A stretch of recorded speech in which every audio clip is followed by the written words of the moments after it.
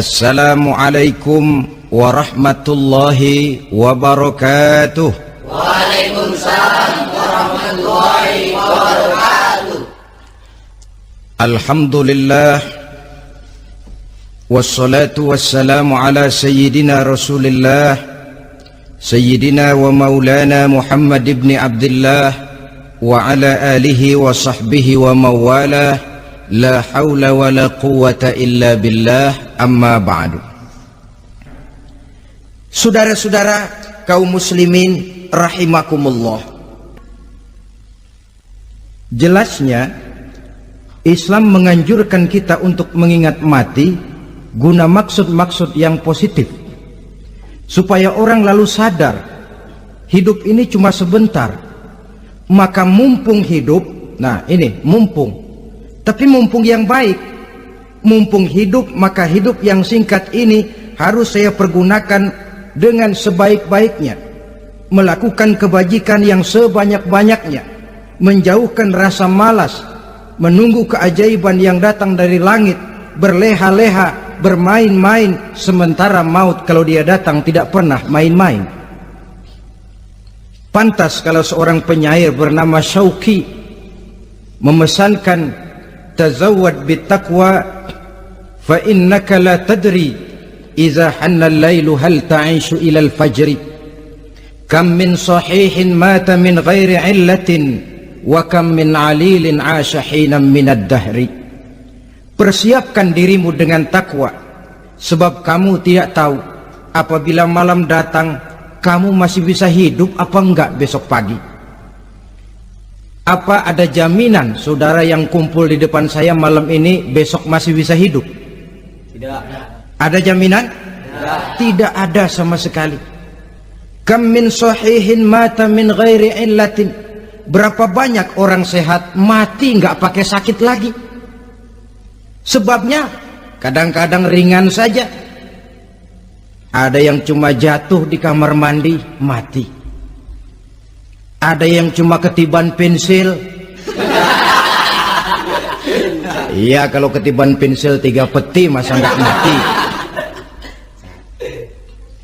Ta'addadatil asbab wal mautu wahid. Sebabnya boleh jadi macam-macam, tapi mati satu juga, yaitu mati. Dia seperti kelapa yang terlalu tua jatuh ke bawah, yang kembang baru keluar pun jatuh ke bawah. Itulah mati.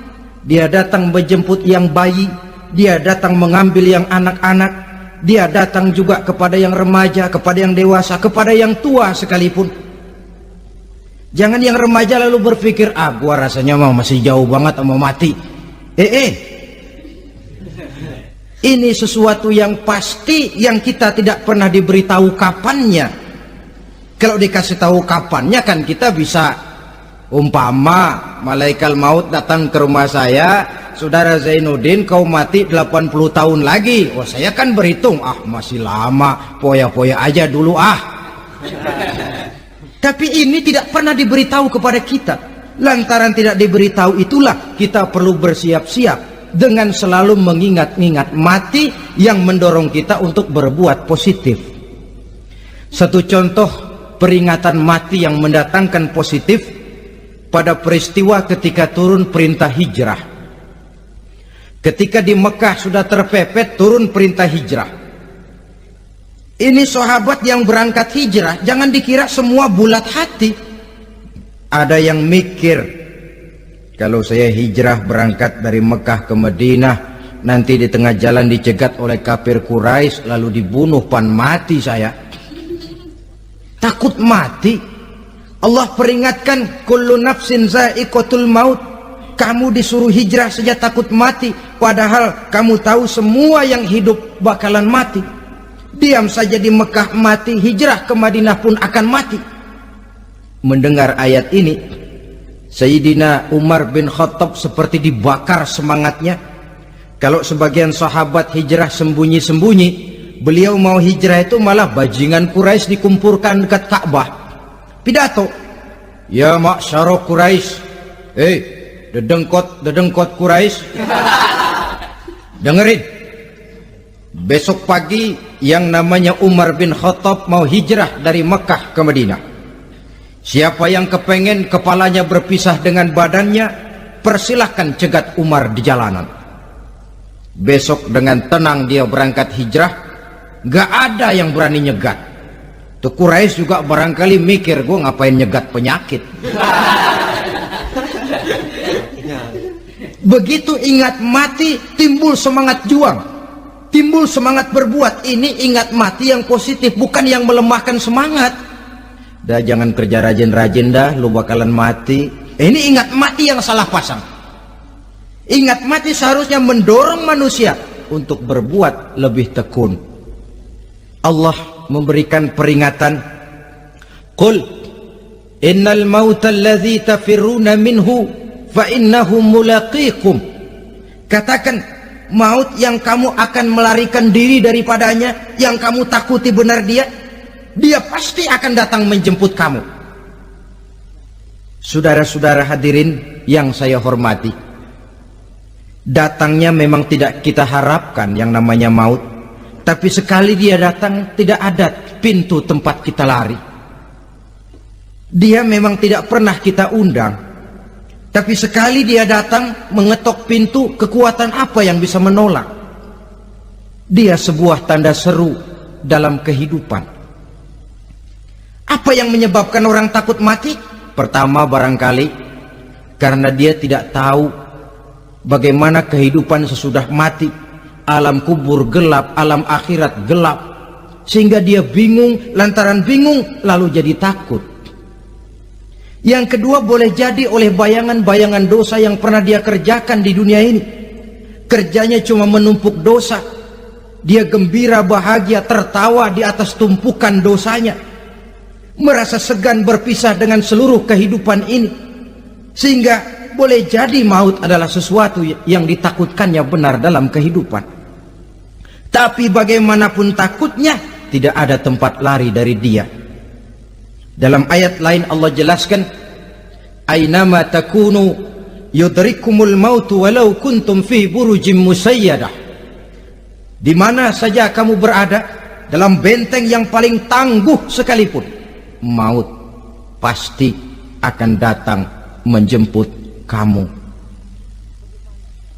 Nah, bagaimana caranya maut datang menjemput kita? Bila datang dia, sang malaikat pencabut nyawa, malaikat Israel namanya, hendak mengambil roh kita. Dalam suasana macam begitu, di akhir kehidupan dunia, dalam berhadapan dengan sakaratul maut, terbagilah manusia dalam dua bagian besar. Pertama, yang menghadapi sakaratul maut itu dengan husnul khatimah, baik di akhirnya, sehingga pada saat ruhnya berpisah dengan jasadnya, kelihatan dia seperti senyum, mukanya cerah. Bahkan sebelum itu boleh jadi dia sempat meninggalkan pesan-pesan yang baik. Ada yang sempat azan, ada yang sempat baca Quran. Pernah kan nemui orang yang mau mati seperti itu? Yang sempat azan, yang sempat baca Quran, yang sempat meninggalkan wasiat-wasiat yang baik. Sebab apa? Malaikat maut datang menjemput mereka juga dengan baik-baik, dicabut ruhnya perlahan-lahan, tapi sungguh pun perlahan-lahan. Pedihnya, sakitnya tetap tiada tara. Rasulullah Sallallahu Alaihi Wasallam, dikala beliau hendak berhadapan dengan sakaratul maut, diceritakan mencelupkan tangannya ke dalam gelas berisi air, lalu mengusapkannya ke muka beliau seraya berdoa, ya Allah, mudahkan saya dalam menghadapi sekarat ini. Beliau juga yang mengatakan bahwa sakitnya sakaratul maut sama dengan 300 kali bacokan pedang. Sehingga kita diajarkan doa, di antara doa selamat itu kan ada Allahumma hawwin alaina fi sakaratil, ya Allah, mudahkan saya di dalam menghadapi sakaratul maut itu.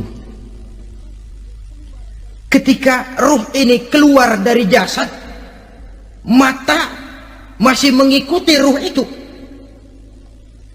Sehingga kadang-kadang ada yang matanya terbelalak dan tidak sempat ditutup, terbuka terus, mengikuti ruh itu keluar dari jasadnya. Adapun golongan kedua, manusia yang ketika berhadapan dengan sakaratul maut mendapatkan su'ul khatimah, jelek di penghabisannya. Sekaratnya sudah setengah mati, lalu jelek juga di akhirnya, mati dalam keadaan yang tidak baik, tidak terpuji. Ada yang lagi megang kartu, mati. Ada yang lagi di tempat ngadu ayam, mati.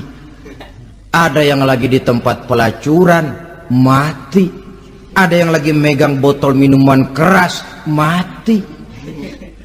Nih barangkali malaikat maut gemes banget nariknya, lu bajingan, lu tarik terus yang mati su'ul khatimah. Makanya bagus itu, kadang-kadang di majelis-majelis taklim kan sering dibaca ya Allah biha, ya Allah biha, ya Allah bihusnil khatimah, kan ada itu? Ada enggak? Saudara hadirin, mohon agar oleh Allah kita diberikan husnul khatimah, baik di saat ruh akan berpisah dengan jasad. Ini sesuatu yang pasti. Sang malaikat maut datang menjemput nyawa. Setelah ruh berpisah dari badan, maka tinggallah sang badan, ditangisi oleh semua yang kita tinggalkan.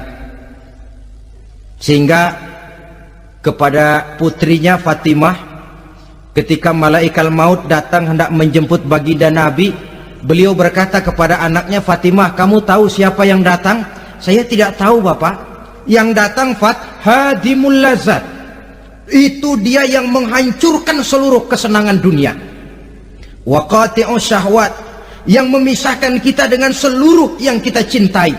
Dia malaikat maut, Pak. Manakala jasad sudah ditinggalkan oleh ruh, itulah yang dikerubungi orang. Anak menangis, istri menangis, orang tua bersedih, teman-teman merasa kehilangan, menangisi jasad. Diuruslah jasad kita, dimandikan sebagaimana mestinya, dikafankan dengan kain putih 3 lembar, itu yang hendak kita bawa kembali ke tempat asal kita. Pakaian sutra, jas yang mereknya Switzerland wool, kain yang Samarinda, sepatu yang Belly atau Beltoni, jam tangan yang Rolex, kendaraan yang serba mewah, tidak ada yang menyertai kita. Kain putih 3 lembar itu saja lagi. Demi setelah dikafankan, dibujurkan kita menghadap ke arah kiblat, orang banyak pun datang menyolatkan kita dengan 4 takbir, diiringi dengan doa. Lalu upacara pelepasan, berangkat kita meninggalkan anak, istri, suami, kampung halaman, tanah air, bahkan alam dunia ini. Selamat tinggal alam dan seluruh isinya. Tinggallah yang tinggal. Saya akan kembali ke tempat asal dari mana saya datang, untuk kembali mempertanggungjawabkan seluruh perbuatan saya dalam kehidupan ini. Manakala upacara pelepasan selesailah sudah, dimasukkan kita ke keranda jenazah, digotong orang, bismillah wa ala millati rasulillah, dibawa ke tempat peristirahatan terakhir katanya. Padahal dulu kalau mau kita istirahat, ke villa lah kita, ke Bali lah kita, ke Hong Kong lah kita, ke tempat-tempat tamasya yang indah. Oh, rupanya akan sampai juga perjalanan menuju tempat peristirahatan terakhir, yang luasnya tidak akan lebih dari 2 kali 1 meter. Diusung orang kita, diantarkan orang banyak. Manakala sampai ke atas liang lahat, pengusung jenazah dibuka, diturunkan kita ke liang lahat, dibaringkan. Gumpalan tanah akan jadi bantal kita. Muka dibuka, dihadapkan ke arah kiblat. Setelah itu ditutup liang lahat kita dengan kayu. Masih belum kurang, diuruk dengan tanah. Yang menguruk orang-orang yang tadinya mencintai kita, menyayangi kita. Tapi ketika jasad sudah ditinggalkan ruh, habis rupanya cintanya. Coba jasad kalau sudah ditinggalkan ruh, 3 hari aja di rumah, serem. Ya mayit, siapa yang betah nemenin mayit? Lalu bila upacara pemakaman selesai, maka berusahalah semuanya. Para pengantar akan kembali ke rumahnya masing-masing. Maka masuk kita ke alam kehidupan, yaitu yang disebut alam barzakh atau alam kubur. Apa selesai hidup sampai di situ? Tidak. Hanya beberapa langkah setelah yang mengantar kita pulang. Diriwayatkan dalam hadis Bukhari dan Muslim, bila seseorang sudah diletakkan di kuburnya, lalu yang mengantar kembali pulang, maka roh si mayit akan dapat mendengar bunyi terompah orang yang pulang itu. Bunyi terompahnya terdengar. Datang 2 malaikat menanyakan dia dengan pertanyaan-pertanyaan yang kalau bisa dijawab dengan betul, 2 malaikat yang bernama Munkar Nakir akan bilang, jawabanmu betul, tenanglah kau di sini, naumatal arus, tidurlah kau di sini seperti tidurnya pengantin. Orang yang baik-baik di alam kuburnya akan mendapat nikmat kubur, sehingga masa penantian yang lama. Sebab jangan lupa, kita masuk ke kubur itu kan menunggu sampai datangnya hari kiamat. Jadi kalau kiamat umpama masih 1000 tahun lagi, ya 1000 tahun kita menunggu. Orang yang baik-baik penantian di alam kubur, kata malaikat, naumatal arus, tidurlah kamu seperti tidurnya pengantin. Bagaimana sih tidurnya pengantin? Nggak berasa. Iya, kata anak sekarang, endah aja udah. Begitu mendusin pagi, kata lakinya, malam sebentar bener ya Neng. Sebentar betul katanya malam. Iya, tentu saja tidak terasa. Kenapa? Dia tidak pernah memikirkan waktu, terbawa oleh kenikmatan dan kelezatan yang dirasakannya dalam kehidupan. Tapi orang kafir, orang yang dosanya bertumpuk, tidak sanggup menjawab pertanyaan 2 orang malaikat, maka dia akan mendapat azab di alam kuburnya terus menerus siang dan malam sampai datangnya hari kiamat. Ibarat maling ayam ketangkep, belum masuk pengadilan udah digebugin duluan. Kan begitu kan? Ada maling ayam nggak di sini? Nah, itu yang nyaut tadi pengalaman itu. Di sidang belum, divonis belum, digebukin babak belur. Saudara hadirin, maka alam kubur bisa merupakan raudhatun min riyadil jannah, taman di antara taman-taman surga, pun juga bisa merupakan hufratun min hufarin niran, menjadi liang daripada neraka. Ada lagi riwayat yang dari Imam Muslim yang diperoleh dari Zaid bin Sabit. Zaid bin Sabit cerita, satu hari kami bersama Rasulullah sallallahu alaihi wasallam berada dalam kebun kepunyaan Bani Najjar. Rasulullah sedang duduk di atas keledai. Tiba-tiba entah bagaimana itu keledai terkejut, kaget, berontak, hampir Rasulullah jatuh. Rasulullah kemudian bertanya, rupanya di kebun itu ada kuburan tua, 5 atau 4 kuburan. Rasulullah lalu bertanya, saudara-saudara, ada yang tahu nggak ini kuburan siapa? Nggak ada ya Rasulullah. Memang kenapa? Ini penghuni kuburnya lagi disiksa oleh Allah. Andai kata boleh saya mohon kepada Allah supaya kamu dengar seperti yang saya dengar, andai kata saja kamu kuat mendengarnya, saya pasti akan berdoa. Tapi sayang, saya yakin kamu pasti tidak akan kuat mendengar mereka mendapat azab di kuburnya. Hadis sahih riwayat Imam Muslim dari Zaid bin Sabit. Kehidupan di alam barzah. Pak, iya kalau yang matinya dikuburin. Lah kalau yang matinya diceburin ke laut, dibakar, di medan perang hilang gak ketahuan kemana jenazahnya. Saudara, hilang kek, dikubur kek, di dalam lautan direndam kek, itu kan cuma logika kita. Menurut Allah tidak ada perbedaan orang mati dikubur di dasar lautan atau dibakar sampai jadi abu atau gugur di medan perang tidak ketemu jenazahnya. Entah mereka tetap masuk ke alam barzah namanya.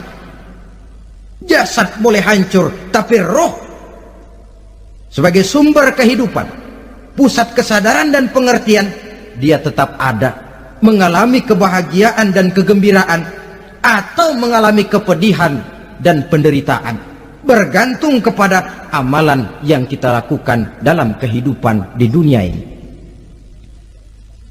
Maka dalam Yasin tadi kan jelas, qul yuhyiha alladzi ansha'aha awwala marrah, yang menghidupkan mereka yang dikubur di dasar lautan, mereka yang dibakar sampai jadi abu, yang akan menghidupkan ialah Allah yang menciptakan mereka dulu pertama kalinya. Jadi kalau sudah ada aslinya, ya tentu tidak perlu contoh lagi, akan sangat mudah membuatnya. Orang tua kita, keluarga kita yang sudah berpulang, mereka di alam barzah sekarang ini bisa mendapat nikmat kubur, bisa mendapat azab kubur, bergantung amalan mereka dalam kehidupan di dunia ini. Dalam Musnad Imam Ahmad dan Sahih Abi Hatim malah ada tambahan riwayat, orang yang banyak kebajikannya di dunia, amalannya akan datang menemani dia. Sholatnya dekat kepalanya, puasa sebelah kanan, zakat sebelah kiri, menghibur dia. Malahan dikatakan berbentuk orang yang cantik menemani dia di alam kuburnya. Aneh, dia tanya, man anta lam ara fid dunya ajmal minka, siapa kamu? Di dunia ini belum pernah saya melihat orang secantik kamu. Dia jawab, ana amaluka soleh, saya adalah amalmu yang soleh yang kau kerjakan waktu di dunia. Saya sekarang diperintahkan untuk menemani kamu di sini. Alhamdulillah. Sedangkan amalnya yang jahat akan datang dalam bentuk yang menyeramkan menemani dia di sana. Bayangin deh, di kuburan ditemenin yang serem-serem. Sama juga di dunia. Di dunia, kalau kita di tempat gelap ditemenin orang cakep, enak nggak? Enak. Wah, pengalaman. Tapi coba bayangin, sudah tempatnya gelap, yang nemenin jelek nggak ketulungan, gerah kita. Nah, saudara hadirin yang saya hormati, lalu bagaimana tempat arwah-arwah yang sudah kembali menghadap Allah yang disebut mustaqarrul arwah itu? Macam-macam tingkatannya sesuai dengan profesi dan amalannya waktu di dunia. Ada roh-roh itu yang setelah pisah dengan jasad, artinya mati, ditempatkan di tempat yang disebut a'la iliyin, tempat yang tertinggi. Siapa ini? Arwahnya para nabi dan para rasul. Ini fi a'la iliyin, di tempat yang tertinggi. Arwahnya para nabi, arwahnya para rasul. Dan karena kita bukan nabi, bukan rasul, ya jangan mimpi dapat tempat fi a'la iliyin, kecuali kalau Allah menghendaki. Itu hak prerogatif Allah, tapi kan tidak adil kalau Allah melakukan itu. Ini kelompok roh-roh yang masuk golongan VIP. Wah, the first class. Para nabi, para rasul. Lalu ada pula roh-roh itu yang setelah pisah dengan jasadnya diumpamakan seperti burung-burung hijau yang berterbangan di perkebun-kebunan surga. Roh siapa mereka ini? Rohnya para syuhada, orang-orang yang mati syahid gugur membela agama, Nah, ini bedanya orang mati syahid dengan pahlawan ya. Apa bedanya syuhada dengan pahlawan? Kalau syuhada, orang yang gugur membela agama, niatnya karena Allah, mati syahid. Kalau pahlawan, orang yang gugur membela negara, orang yang dianggap berjasa kepada pemerintah. Klimaksnya, kalau orang mati syahid jelas surga, tapi pahlawan belum tentu surga. Kenapa? Bergantung kepada negara macam apa yang dibelanya dan pemerintah model mana yang dibelanya. Di negara-negara komunis misalnya, banyak nggak pahlawan? Banyak. Dengan sekian tanda jasa yang mati di medan perang dan sebagainya. Kira-kira pahlawan komunis masuk surga nggak? Ya, kalau pahlawan komunis masuk surga, kita nggak kebagian kapling di surga barangkali. Inilah bedanya pahlawan dengan orang mati syahid. Kemudian ada pula roh itu yang tertahan di pintu surga. Tertahan di pintu surga. Ini seperti tadi, orang yang mati syahid tapi masih ada kaitan di dunia. Rasulullah pernah ditanya orang, ya Rasul, kalau saya maju ke medan perang bela agama, mati syahid, apa saya masuk surga? Iya, masuk surga.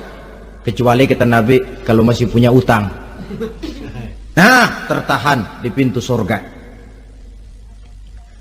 Ada pula roh itu yang tertahan di alam kuburnya. Ini umumnya seperti tadi itu. Ada mempunyai dosa, mempunyai kesalahan, sehingga merasakan azab kubur. Ada juga roh itu yang tertahan di permukaan bumi. Mereka yang dalam hidup selalu menumpuk dosa-dosa yang besar, meninggal sebelum keburu untuk bertaubat. Saudara hadirin yang saya hormati, inilah yang kita khawatirkan. Sebab jikalau pada saat roh sudah datang, jikalau saatnya roh datang berpisah dengan jasad, menemukan sakaratul maut, saat itu taubat sudah tidak akan ada gunanya lagi. Masuk ke alam kubur, mendapat azab kubur sampai datangnya hari kiamat.